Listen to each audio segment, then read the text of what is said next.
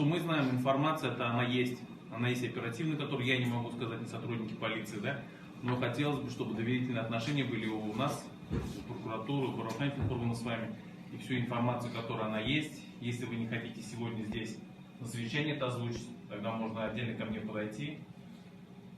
На эту тему можно будет всегда поговорить и эту проблему решить вместе. Но лучше сегодня, какие проблемы есть, это озвучить и стараться нам всем вместе найти какие-то пути решения. Профилактика преступности среди несовершеннолетних.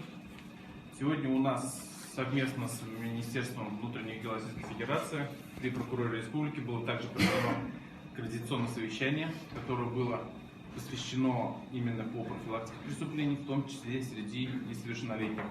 Проблема очень актуальная, очень серьезная, в связи с тем, что у нас в этом году чередуется один год рост преступности понижается, следующий год повышается. Здесь начальник отдела, начальник полиции у нас присутствует сегодня, он тоже подтвердит, то есть у нас рост преступности среди несовершеннолетних.